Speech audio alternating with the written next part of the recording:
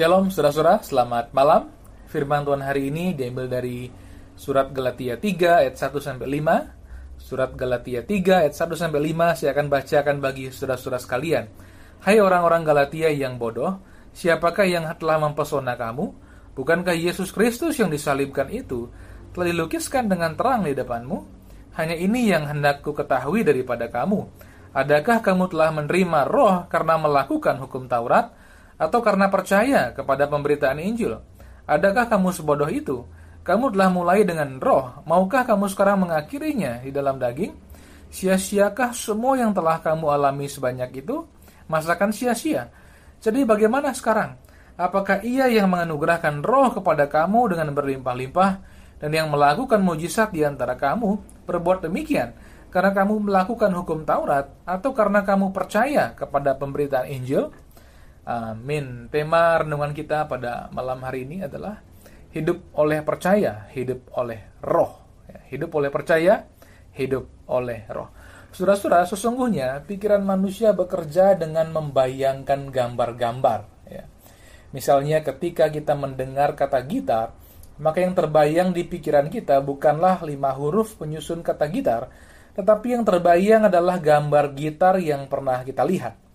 Contoh lainnya, ketika kita mendengar kata bebek, yang terbayang bukan 5 huruf penyusun kata bebek, tetapi gambar seekor bebek dengan paruhnya, lehernya yang panjang dengan bulunya, dan dengan kakinya yang memiliki selaput untuk berenang. Saudara-saudara, hal yang sama juga terjadi ketika kita berkhotbah atau ketika kita mendengarkan khotbah. Saudara-saudara, ketika kita berkhotbah, sesungguhnya kita sedang melukiskan Kristus dan karyanya kepada para pendengar kita. Demikian juga ketika kita mendengarkan khotbah, kita perlu melihat lukisan Kristus melalui kata-kata yang kita dengar di pikiran kita, saudara-saudara, sehingga kita melihat gambar Kristus dan karyanya. Saudara-saudara, ketika Rasul Paulus memberitakan Injil di Galatia, ia melukiskan Kristus dengan jelas di hadapan orang-orang Galatia. Ketika orang-orang Galatia melihat gambaran Kristus yang dilukiskan Paulus melalui pemberitaan Injilnya, mereka begitu terpesona dan jatuh cinta kepada Kristus, saudara-saudara. Akibatnya mereka menyerahkan hati mereka kepadanya dan menjadi percaya. Dengan ini, mereka menerima anugerah dibenarkan karena iman, menerima Roh Kudus, dan mujizat-mujizat.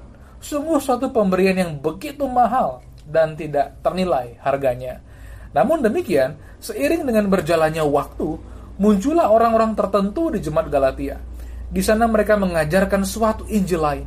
Injil ini berbeda, saudara-saudara, dengan yang telah disampaikan Rasul Paulus kepada mereka.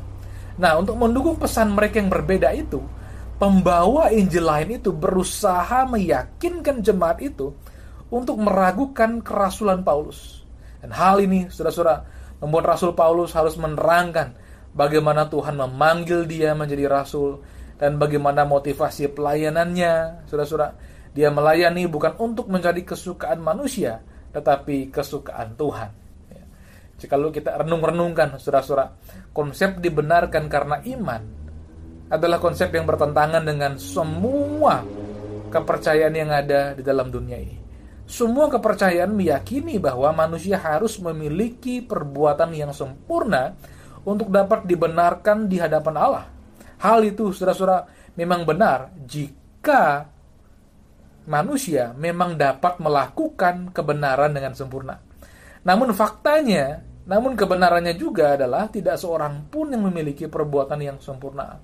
Dengan ini, saudara-saudara, berusaha membangun perbuatan yang sempurna untuk diterima dengan tujuan berkenan kepada Allah adalah sebuah usaha yang sia-sia. Namun uniknya, saudara-saudara, orang-orang yang berdiri di atas dasar kepercayaan Injil lain itu akan sangat senang ketika terus didorong untuk melakukan perbuatan secara sempurna dengan tujuan supaya dapat dibenarkan atau diterima di hadapan Allah. Itu sebabnya memberitakan konsep dibenarkan karena iman akan sangat mengganggu banyak keyakinan mereka, saudara-saudara. Demikian juga keyakinan orang-orang di luar Kristus. Namun sebagai orang-orang yang percaya kepada Sang Juru Selamat, justru itulah yang menjadi keyakinan kita dan dasar iman kita, saudara-saudara. Saudara-saudara, berupaya untuk dibenarkan melalui perbuatan-perbuatan kita di hadapan Allah adalah sebuah gaya hidup di dalam daging, ya. Karena tanpa sadar mereka yang melakukannya telah mengesampingkan perbuatan Kristus yang sempurna untuk menolong mereka. Karena mereka mencoba menolong diri mereka sendiri, mereka mengabaikan, mengesampingkan pertolongan Kristus yang adalah pribadi yang satu-satunya, ya, yang memiliki kesempurnaan dalam perbuatannya, saudara-saudara. Mereka, orang-orang yang hidup dalam daging ini, yang ingin kembali hidup di bawah hukum Taurat ini, saudara-saudara, mereka tidak membanggakan kemampuan mereka untuk membangun kesempurnaan. Hal ini pun juga adalah perbuatan yang sia-sia. Namun hal ini sangat disukai oleh daging manusia.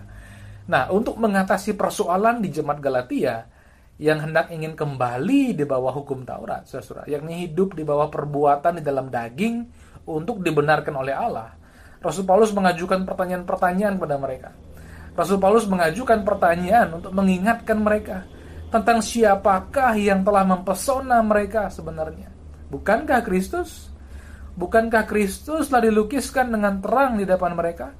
Kemudian ia melanjutkan dengan pertanyaan-pertanyaan yang lebih tajam lagi mengenai karunia-karunia Allah dalam Kristus Yesus yang mereka dapat melalui percaya atau iman, ya, dan bukan melalui pekerjaan atau perbuatan-perbuatan mereka. Saudara-saudara, Rasul Paulus berkata demikian, adakah kamu telah menerima roh karena melakukan hukum Taurat atau karena percaya kepada pemberitaan Injil? Jawabannya jelas, karena percaya kepada pemberitaan Injil. Saudara, menerima Roh Kudus, jikalau kita bandingkan dengan sistem keagamaan perjanjian lama, maka hal itu menjadi sesuatu yang sangat serius. Menerima Roh Kudus berarti memiliki status sebagai orang yang diurapi. Dalam perjanjian lama, saudara-saudara, orang-orang yang diurapi adalah nabi, imam, dan raja, atau bahkan hakim-hakim, atau orang-orang yang secara khusus ditunjuk untuk tugas yang sangat istimewa, saudara-saudara. Dengan demikian, mereka bukanlah orang-orang yang sembarangan. Mereka adalah instrumen-instrumen dalam Tuhan untuk melakukan pekerjaannya dan menggenapi kehendaknya di muka bumi ini, saudara-saudara. Oleh karena kemurahan Allah dalam Kristus Yesus, hari ini ya, kita menerima jati diri ini sebagai imamat rajani hanya melalui iman, saudara-saudara. Kita dijadikan orang-orang yang diurapi oleh Tuhan, menjadi alat-alat di tangannya, saudara-saudara. Dan hal itu semata-mata kita terima karena iman. Namun, saudara-saudara, pengajar-pengajar Injil lain itu mengajarkan kepada jemaat bahwa untuk memperoleh Roh Kudus, kita harus melakukan hukum Taurat, ya, dan hidup di bawahnya. Saudara-saudara, ketaatan manusialah yang mereka anggap sebagai dasar. Saudara-saudara, jikalau kita renung-renungkan, pengajaran ini sesungguhnya benar-benar bertentangan dengan Injil Kristus. Kita menerima Roh Kudus karena iman kepada Tuhan Yesus Kristus. Perbuatan kita bagaimanapun baiknya tidak akan pernah dapat membeli karunia atau menerima Roh Kudus dari Allah dalam Kristus. Saudara-saudara, selanjutnya, ya, Rasul Paulus juga mengajukan pertanyaan lain. Adakah kamu sebodoh itu? Kamu telah mulai dengan roh, maukah kamu sekarang mengakhirinya di dalam daging? Ayat yang ketiga. Rasul Paulus menyebut perjanjian baru sebenarnya sebagai pelayanan yang dilakukan menurut roh, saudara-saudara. Karena perjanjian baru adalah pelayanan yang memimpin kepada pembenaran atau kehidupan. Jemaat Galatia telah menerima perjanjian baru dengan menerima Tuhan Yesus Kristus. Dan dengan demikian menerima juga rohnya yang kudus yang memberikan kehidupan ilahi, saudara-saudara. Namun guru-guru Injil lain itu mengajarkan agar jemaat Galatia memastikan perbuatan mereka cukup untuk membuat diri mereka layak di depan Allah. Hal itu adalah sebuah perbuatan daging. Jika jemaat kembali kepada perbuatan daging atau berusaha diterima di hadapan Allah berdasarkan perbuatannya, hal itu sama artinya dengan hidup dalam kekuatan diri sendiri dan tidak dalam kuasa Roh Kudus, saudara-saudara. Bahkan lebih dari itu, hidup menurut daging atau perbuatan manusia yang didasari oleh hukum Taurat akan memimpin seseorang. Bahkan jikalau kita melakukannya, kita kembali kepada kutuk hukum Taurat itu. Satu hal yang sebenarnya Kristus sudah hindarkan dari kita, dan hambanya Rasul Paulus deklarasikan dengan tegas kepada kita, saudara-saudara. Berikutnya, Rasul Paulus juga kembali mengajukan pertanyaan-pertanyaan yang penting berkenaan dengan pengertian mereka tentang karunia Allah dalam Kristus. Siapakah Saya ulangi, sia-siakah semua yang telah kamu alami sebanyak itu? Masakan sia-sia? Jadi bagaimana sekarang? Adakah Ia yang menganugerahkan roh kepada kamu dengan berlimpah-limpah dan melakukan mujizat di antara kamu berbuat demikian karena kamu melakukan hukum Taurat atau kamu percaya kepada pemberitaan Injil? Saudara-saudara, ayat yang keempat dan kelima, inilah pertanyaan-pertanyaan yang bersifat pribadi sebenarnya. Rasul Paulus rindu membawa mereka kembali kepada pengalaman-pengalaman yang penuh dengan keajaiban itu, saudara-saudara. Sehingga ia menanyakan mereka untuk mereka kembali membangkitkan ingatan tentang kedahsyatan kuasa Tuhan dan mujizat-mujizatnya yang terjadi di antara mereka. Betapa jemaat Galatia sesungguhnya Tuhan karuniakan Roh Kudus dengan limpahnya, saudara-saudara. Yakni betapa Roh Tuhan sendiri berkenan supaya mereka dipenuhi sedemikian rupa dengan sukacita dan kehidupan ilahinya. Bahkan mujizat-mujizat telah dikerjakan di antara jemaat Galatia ketika mereka percaya saja dengan tulus kepada Tuhan. Dan hal ini sangat penting, saudara-saudara. Beberapa orang merindukan mujizat dan sangat kesulitan untuk menerima sesuatu dari Tuhan. Salah satu sebabnya adalah karena mereka hidup dalam konsep dibenarkan Allah berdasarkan perbuatannya. Namun yang benar adalah seperti yang pernah dialami jemaat Galatia, mereka menerima mujizat-mujizat dari Tuhan karena mereka sungguh-sungguh percaya bahwa mereka dibenarkan karena iman, bukan oleh perbuatannya, saudara-saudara. Jadi hari ini, kiranya setiap firman yang kita dengar betul-betul melukiskan Kristus dan karyanya. Dengan ini, kita senantiasa dapat memandang pesona kemuliaannya.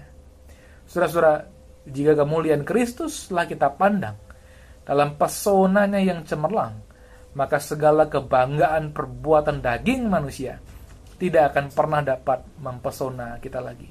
Ingatlah, oleh iman kepada Tuhan Yesus Kristus, kita dijadikan orang-orang yang diurapi, yakni imamat rajani yang dikaruniakan rohnya yang kudus. Kita hari ini, saudara-saudara, berada dalam posisi diurapi. Dan hal ini bukan karena kita melakukan hukum Taurat, tetapi karena kita percaya kepada pemberitaan Injil. Oleh karena itu, tetaplah tinggal dalam iman, yakni dalam Kristus Yesus yang adalah dasar kita, dan kasih karunia atau anugerah yang adalah payung kehidupan kita dalam Tuhan. Hal inilah, saudara-saudara, yang membuat kita dapat memulai dengan roh dan juga tetap dapat meneruskan, bahkan mengakhirinya sampai tujuan akhir juga dengan roh. Karena Roh Kudus itu adalah kehidupan ilahi yang membuat kita menikmati hidup yang kekal dan relasi dengan Allah Bapa kita, saudara-saudara. Ketahuilah, Allah berkenan memberikan kita Roh Kudusnya dengan berlimpah-limpah, yakni berkenan memenuhi kita semikian rupa. Bahkan Ia juga berkenan mengaruniakan kita mujizat-mujizat.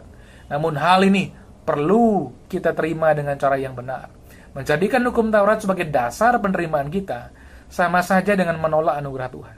Namun jikalau kita menerimanya dengan iman, hal itu akan terjadi dalam kehidupan kita. Ketahuilah, Kristus Yesus datang untuk membawa kita hidup dalam kehidupan ilahinya.